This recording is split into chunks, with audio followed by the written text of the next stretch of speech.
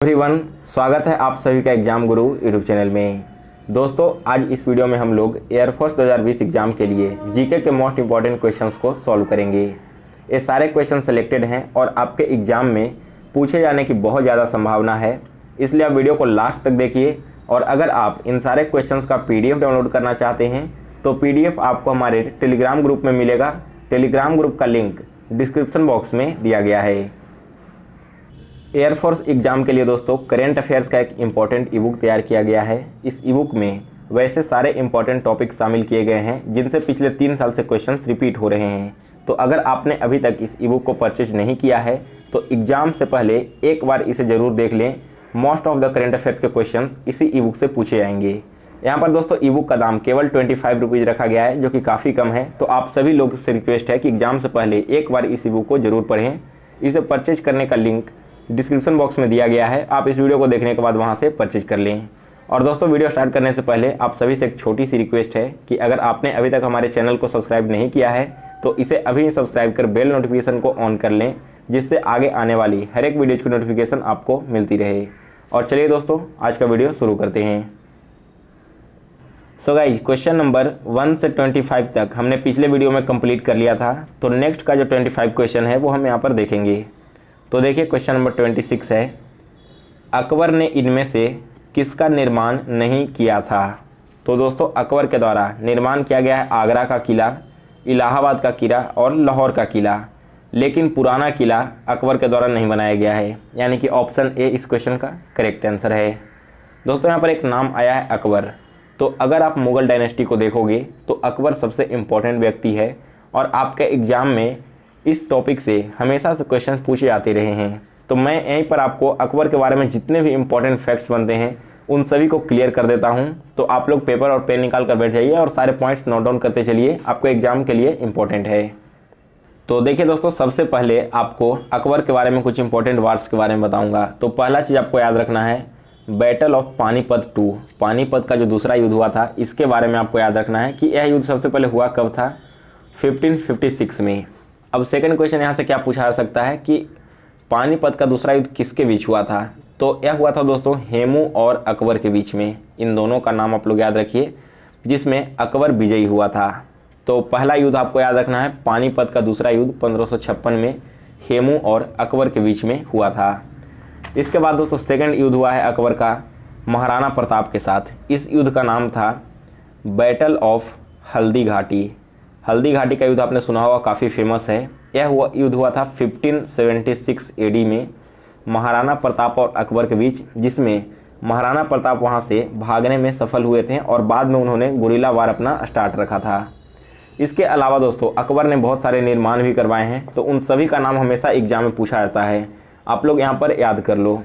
तो देखो, सबसे पहले आपको याद क्या करना है, अकबर ने क्या क्या निर्माण कराया है। पहला है आगरा फोर्ट, जो आगरा का किला है वो अकबर के द्वारा निर्माण कराया गया था। नेक्स्ट है फतेहपुर सिकरी। फतेहपुर सिकरी का नाम आपने सुना होगा, यह भी निर्माण अकबर के द्वारा करवाया गया है। तीसरा जो सबसे इम्पोर्टेंट और ज़्यादा एग्जाम में पूछा जाता है वो है हुमायूं का टॉम्ब। हुमायूं का जो मकबरा था, यह निर्माण भी अकबर के द्वारा ही करवाया गया था। नेक्स्ट है बुलंद दरवाज़ा, जो कि अकबर के द्वारा करवाया गया है। इसके अलावा है लाहौर फोर्ट और इलाहाबाद फोर्ट। तो जितने भी कंस्ट्रक्शंस मैंने अभी आपको बताए हैं, इन सभी को याद रखना है आपके एग्जाम के लिए। इसके बाद देखो, 2 फेमस पेंटर थे उनके दरबार का, तो इनका नाम भी आप लोग याद रखिए। यह ऑलरेडी क्वेश्चन पूछा गया है एग्जाम में कि दसवंत और बसावन जो दोनों फेमस पेंटर थे, ये किसके दरबारी पेंटर थे। तो आपको याद रखना है कि अकबर के। इसके अलावा दोस्तों एक लास्ट इंपॉर्टेंट फैक्ट है कि जो अकबर का काल है ना, इसे golden period of Hindi literature के नाम से भी जाना जाता है, यानी कि हिंदी साहित्य का स्वर्ण काल कहा जाता है अकबर के काल को। तो ये सारे फैक्ट्स आपको याद रखने हैं। चलिए हम आगे बढ़ते हैं अब अपने अगले क्वेश्चन की ओर।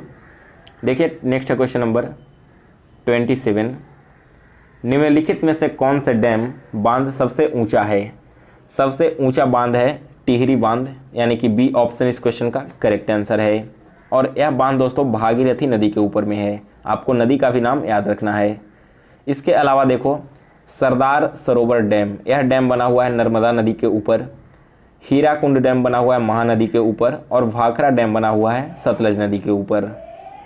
नेक्स्ट है क्वेश्चन नंबर 28 लेड पेंसिल के विनिर्माण में प्रयुक्त सामग्री क्या कहलाती है? दोस्तों लेड पेंसिल बनता है ग्रेफाइट से, यानी कि ऑप्शन ए इस क्वेश्चन का करेक्ट आंसर है। नेक्स्ट क्वेश्चन नंबर 29, इनमें से कौन सा कोल्ड ब्लडेड प्राणी नहीं है? तो दोस्तों मछली, मेंढक और मगरमच्छ ये तीनों के तीनों कोल्ड ब्लडेड प्राणी हैं, लेकिन जो कौवा है ना वो एक ब्लड ब्लडेड प्राणी होता है। सो ऑप्शन डी इस क्वेश्चन का करेक्ट आंसर है।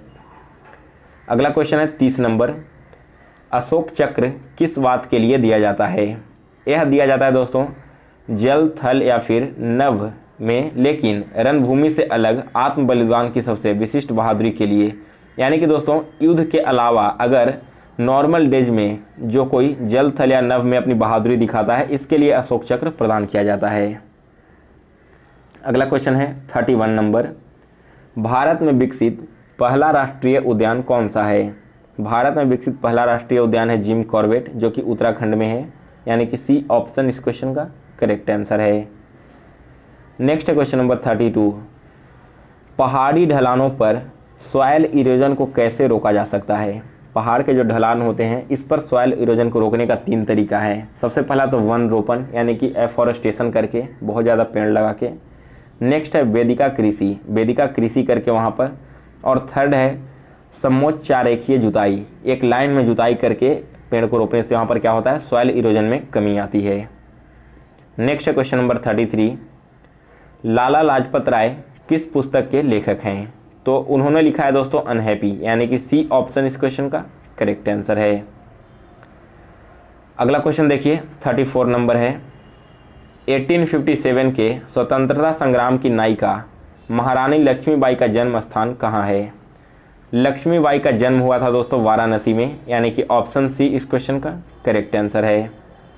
नेक्स्ट क्वेश्चन नंबर 36, देखिए क्या है 36 क्वेश्चन, अंतर्राष्ट्रीय आणविक ऊर्जा एजेंसी यानी कि इंटरनेशनल एटॉमिक एनर्जी एजेंसी का मुख्यालय कहाँ अवस्थित है?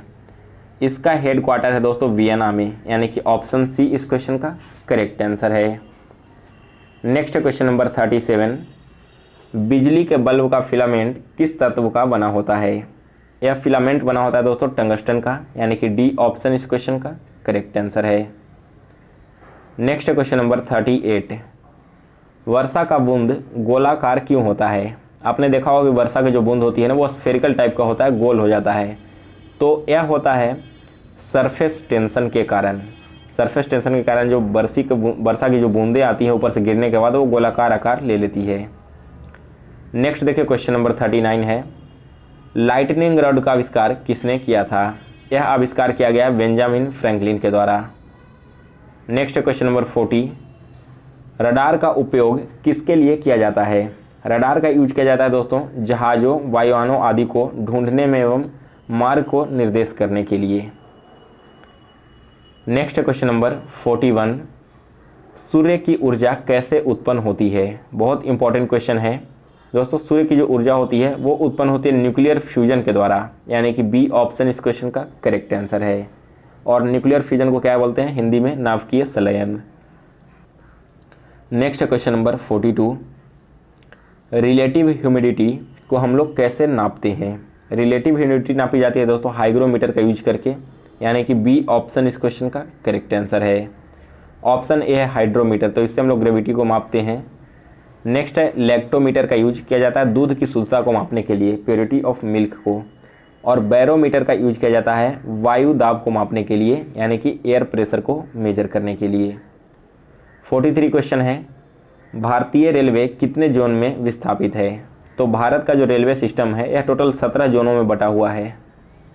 नेक्स्ट क्वेश्चन नंबर 44, भारत में आर्थिक नियोजन कब प्रारंभ हुआ था? यह प्रारंभ हुआ है दोस्तों 1 अप्रैल 1951 को, यानी कि बी ऑप्शन इस क्वेश्चन का करेक्ट आंसर है। नेक्स्ट क्वेश्चन नंबर 45, भारतीय रिजर्व बैंक का राष्ट्रीयकरण कब किया गया था? इसका राष्ट्रीयकरण हुआ है 1949 में, यानी कि ऑप्शन ए इस क्वेश्चन का करेक्ट आंसर है। और दोस्तों अगर आपसे पूछा जाए कि रिजर्व बैंक ऑफ इंडिया स्थापित कब हुआ था तो आप लोग डेट याद रखिएगा 1935 में। नेक्स्ट क्वेश्चन नंबर 46, ज्ञान प्रकाश समिति का संबंध किससे था? ज्ञान प्रकाश समिति, यह बनाया गया था दोस्तों चीनी घोटाला को पकड़ने के लिए, यानी कि सी ऑप्शन इस क्वेश्चन का करेक्ट आंसर है। 47 क्वेश्चन है, राष्ट्रीय कृषि बीमा योजना किसके द्वारा प्रायोजित होती है? यह प्रायोजित होता है दोस्तों GIC यानी कि गारंटेड इन्वेस्टमेंट सर्टिफिकेट के द्वारा। अगला क्वेश्चन है 48 नंबर, हर्षवर्धन अपनी धार्मिक सभा कहाँ किया करता था? तो हर्षवर्धन की सारी धार्मिक सभाएं होती थी प्रयागराज में। नेक्स्ट क्वेश्चन नंबर 49, एक महान रोमानी नाटक कदम्बरी का लेखक कौन था? यह लिखा गया है दोस्तों वान भट्ट के द्वारा। नेक्स्ट क्वेश्चन नंबर 50 है, नागालैंड भारत से विभक्त राज्य कब बना? तो देखिए दोस्तों, जो नागालैंड है ना, वो भारत में आकर बना था 1963 में, यानी कि ऑप्शन ए इस क्वेश्चन का करेक्ट आंसर है। सो गाइज, आज का वीडियो समाप्त हुआ। तो अगर आपको यह वीडियो पसंद आई हो तो इसे लाइक और शेयर करें। साथ ही दोस्तों, अगर आपने अभी तक हमारे चैनल को सब्सक्राइब नहीं किया है तो इसे सब्सक्राइब कर बेल नोटिफिकेशन को ऑन कर लें। और अगर आपने अभी तक हमें इंस्टाग्राम पर भी फॉलो नहीं किया है तो मेरा इंस्टा ID स्क्रीन पर दिख रहा है, इस ID से हमें फॉलो कर सकते हैं।